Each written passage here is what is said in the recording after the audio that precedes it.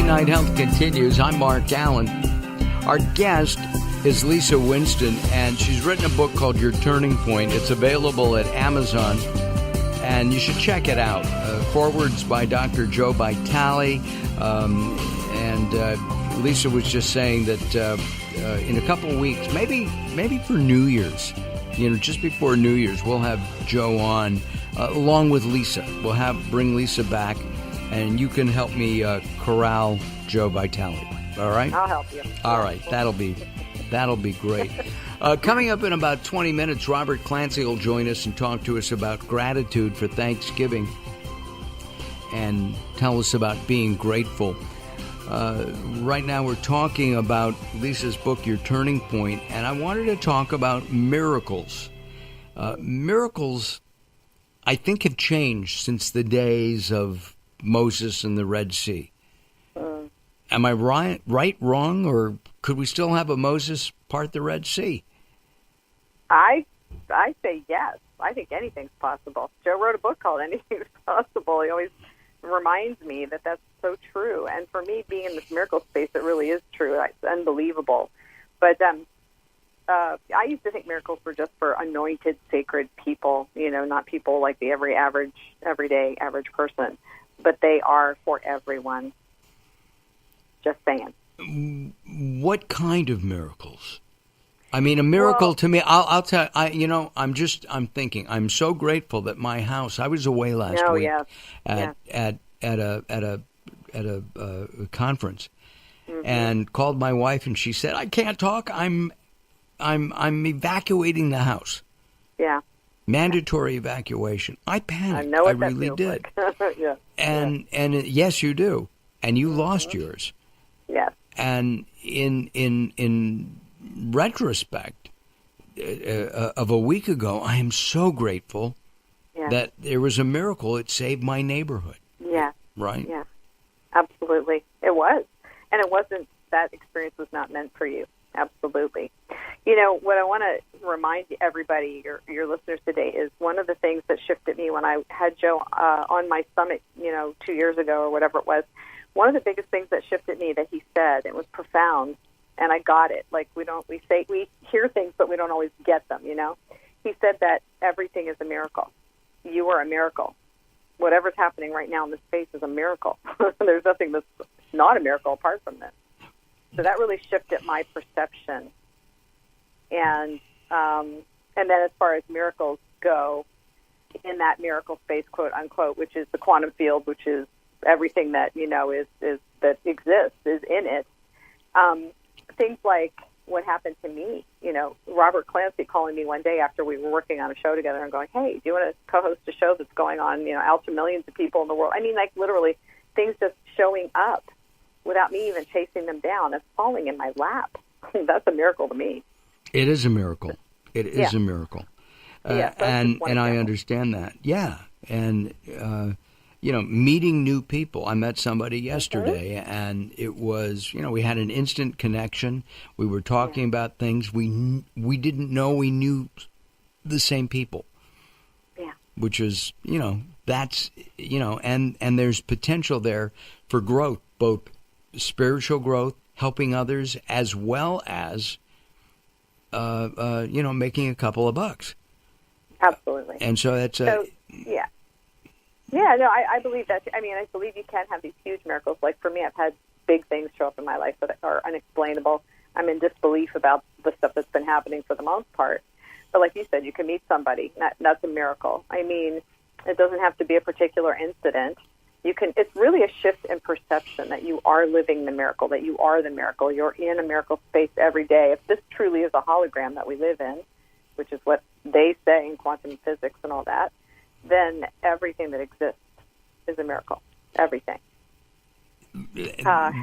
Living is a miracle. I mean, it really is. I mean, I know that there's science and all this other stuff, but to me, it's magic. It's like, how am I talking to you? You're 1,800 miles away or so. Right. It's magic. I mean, you couldn't explain it to me if you tried, and I don't care. It works. Right? Well, like you said, we have miracles every day that we don't see. We're always waiting for an event. We're always waiting for, the fairy tale, magic wand, bam, something's going to happen. But like you said, it's really a shift in perception, being open and aware, connected to your intuition, seeing the signs. It's about awareness. It's like being that detective, and that's when all these things start coming to you. The steps for your path, like what's my next step and my next step. The miracles that show up that just pop into your reality without you doing anything. That's a miracle. So it's all this shift in perception and being connected to who you really are. That's where your power lies. But at the same time, if you don't believe, will they show up anyway? Well, that's a good question. Yes, they show up all the time, Mark. I truly believe that everybody experiences them. They just don't see it. That's the shift in perception. Like when I was a kid, right, and I went to church, and we saw the baby Jesus, in the manger, and, we heard about all these miracles, and I thought, well, gosh, that stuff isn't for me. I can't get to that. That's like you were talking about, Moses parting the Red Sea, right? Right. It's like that's for anointed, sacred people. So that's the kind of ideas that we hold as it really in mass consciousness, because we all grow up with that kind of stuff, and we don't believe in miracles. I found that to be true of myself as well. But there's a whole other spin on that, and I have a whole chapter at the back of the book of Your Turning Point, my experiences, that I think give really great insight for people. What would you say is the biggest miracle that's happened to Lisa? I think the biggest miracle for me was saying yes to the stuff that was so hard and not knowing where I was going, trusting in my intuition, my guidance, not having any idea where I was going to land, but literally saying yes. Like, I told you, going back and taking care of my mother, didn't know she was dying, was told to go back, I did.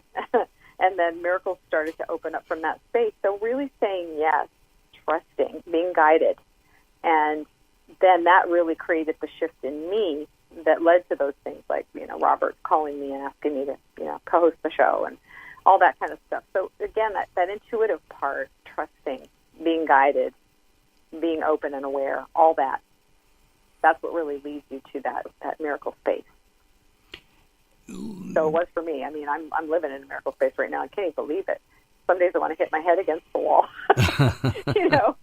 But I had to do the work. It doesn't just fall in your lap. If you're not aware and you're not awake and you're just going through life with these negative beliefs and the negative self-talk, you're going to miss it. You're going to completely miss it. And what about action? In other words, you want something. Yeah. You can't just say, universe, give it to me. You need to work on it. Well, yeah. I mean, you have to. I always talk about inspired action. You can take action. Like when I was pounding against my coaching business, I was a good coach, but it wasn't where I was supposed to be, and the universe let me know that in a big way eventually. But it was like I was taking action, but I was like doing. It was all about doing. I wasn't being. I was just trying to get to somewhere, and it wasn't working out. So when you take inspired action, again, that's that part. And inspiration comes through intuition and intuitive, guidance, your inner wisdom. So being connected to that, and that's where that comes through. So, yeah. Right. I'm thinking about miracles in my life. My kids are miracles. I know your daughter is a miracle for you, right? Mm-hmm. Who would think that well, I was going to be funny, that a half hour of pleasure can change your life. A half hour? Well, you're doing good because it took me a lot less time. Yeah, well. And I don't know that it was pleasurable. But anyway, that's a whole other. No, that's at the end of the show today. We're talking about sex. The miracles that people have and they don't see. Yeah. How do they open their eyes to see them? Well, some people, I love to be in the dark, and I know people personally that just don't want to change. They're afraid. They don't know the way out, and you can't force somebody to change. For me, I knew I was here for a greater purpose, and even though I suffered a lot in my life, I wanted to get to whatever it was that I was here to do. That was me. I've got an inner fire, grit. I keep going. I fall down, I pick myself back up, and I do it. So not everybody wants to do that. But I'll tell you what, it's like being in a dark room and turning on a light. When you have that shift in perception, you see everything in a whole new light. So there's a lot of inner work to be done, but anybody can get there. But again, that's a personal choice. A lot of people ignore signals, signs, right? That's basically what we're saying. You say in the book that you've been divinely guided. And this always, actually it bothers me, because do we have free will, or are we set on a path and we're going to, A to Z? It may go A, B, D, F, G, but we're always going to get to Z. Yeah, no, that's a good point. I believe that it's both. We do have free will, absolutely. We choose every day, But divine guidance, again, is that intuitive hit. And sometimes if I need guidance for something, right, I'll just reach out. Like, Joe, let's do this. Our event that we just did not too long ago, Joe and I, the On the Stage event, we had a certain date. We lined everything up, but nothing was lining up. Hotels were full. People, couldn't get flights, and this happened, and that didn't happen. And after a while, we were just like, okay, that's a sign to stop. Something's not right. So then we got an intuitive hit. We're going to stop it there, and we're going to pick a different date. And as soon as we did that, we felt alignment. We knew it was happening, and everything happened, and it was a phenomenal event. It's really listening to, there is something that's guiding us that wants to show us the right way to go. We can take detours, too. I mean, it depends, right, on what we want to learn and all that. But it's little stepping stones. It's little bits of information. You can see a bumper sticker on a car or a truck go by with a phrase on it, and it's for you. If you are tapped into it, what is it saying to you? So it's just being aware of all those, those intuitive hits, those next steps to get you where you want to go. And to kind of clear out the garbage that's in your mind, the spider webs, and clear those out and get them. Did you have fun writing the book? Oh, my God, Mark. It was the weirdest experience of my life. I lost so many books. I tried to write books over a period of probably 25, 30 years. And then the house burned down, so I lost all my, copies I had saved in computers. But I never got anywhere. I didn't really trust myself as an author. I didn't really know what I was doing. And when Joe and I came together, which was all divinely guided, I mean, he and I had so many crazy things that happened, synchronicities that shouldn't have happened that led us here and there to each other.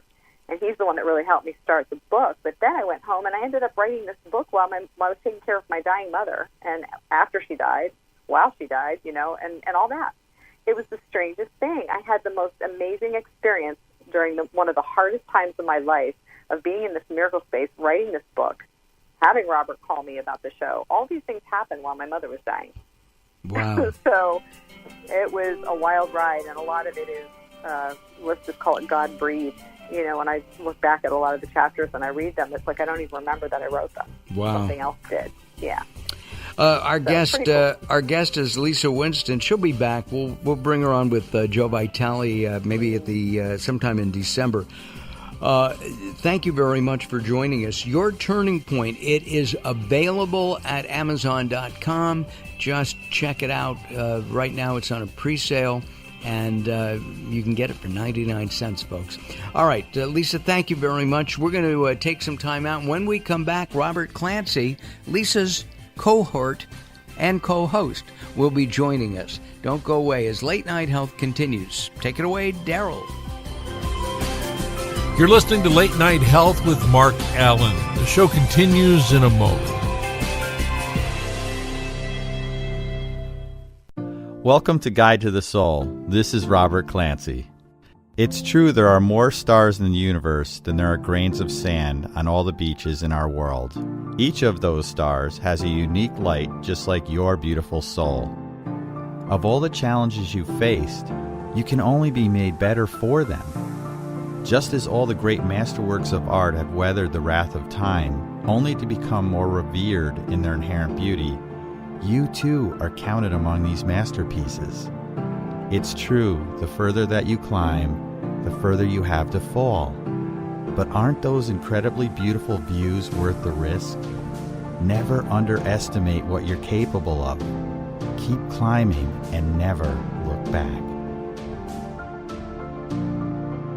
For more inspiration from Robert Clancy, visit guidetothesoul.com or go to the Moments with Robert page on latenighthealth.com. The stigma around mental health disorders and suicide is still very strong in our culture. It's an uncomfortable topic for many of us, and yet it's something we can't afford to ignore, according to Dan Shuck, the author of A Glass Half Empty or Half Full, a children's book for grown-ups. Last month, the CDC released a study that reports suicide rates went up more than 30% in half the states since 1999. A Glass Half Empty or Half Full, a children's book for grown-ups, takes a new approach to addressing mental illness.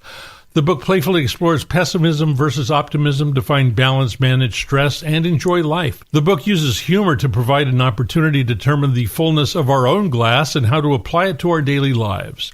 Donations from the proceeds of the book will be made to a Glass Half Question fundraising campaign for the Brain and Behavior Research Foundation.